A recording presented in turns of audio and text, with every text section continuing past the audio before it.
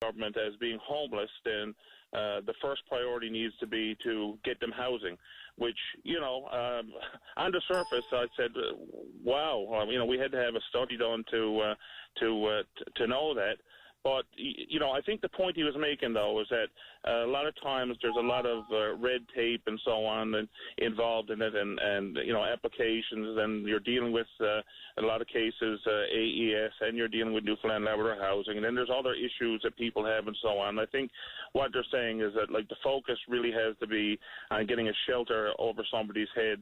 That should be the immediate focus, which I think we would all agree that is the case, and I was kind of surprised that wouldn't have been the focus to begin with. Well, fair enough. I read a national report not too long ago that says quite clearly that all workable approaches to affordable housing, which is the trick and the key word, workable, they are far more cost effective than shelters and emergency housing.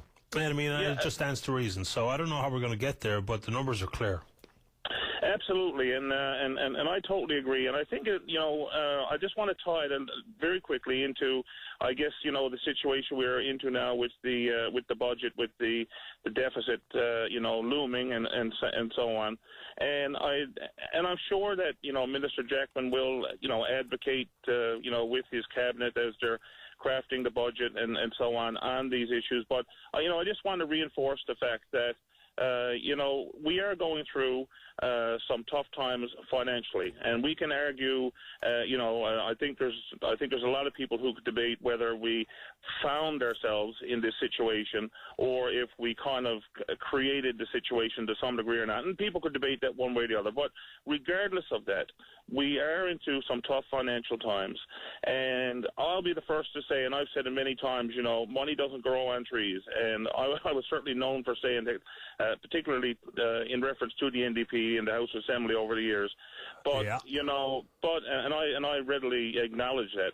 But when it comes to issues like this, issues of homelessness and housing, and people who are the most disadvantaged and vulnerable, whether it be senior citizens or people with addictions or people with mental health issues and so on, I think it's important that it has to remain at the top of the priority list. And as we're making tough decisions, and I know government is going to have to make some really tough decisions in the upcoming weeks and months ahead, I just think that it's important we be mindful of the fact that we cannot put the vulnerable in a more vulnerable situation than they already are, and we got to continue to strive to make things better for those people. Well, of course we do, and what those measures are and how much they cost, how quick they can be implemented, and whether or not they'll have the desired outcome, that's where the public debate, and we have to trust, of course, our elected members in the House of Assembly to have a reasonable, practical debate on those measures, as opposed to what has been the key feature in recent years is the partisan sniping and the claiming of, oh, that was my idea, or that was our idea, or you said this 5 years ago, that kind of stuff, which of course is meaningless to the vast majority of us. Paul, I appreciate your comments this morning. You're right. We have to focus on the right things. Who cares who had the idea? If it helps the people in that certain segment of society, then bravo to 48 elected members. If and when it doesn't and we get sidetracked by the other issues, boo and shame on those same people. So I think that's how everyone feels. Absolutely, Paddy. I totally agree, and I think we saw it actually in the last sitting of the House Assembly when Jerry Rogers brought forward her private member's motion on mental health, and all members supported it. And the idea of an all-party committee and to look at that, and you're right. We have been, and I've been as guilty as any of them. Sometimes as being focused maybe a little bit too much on the political jabs and so on.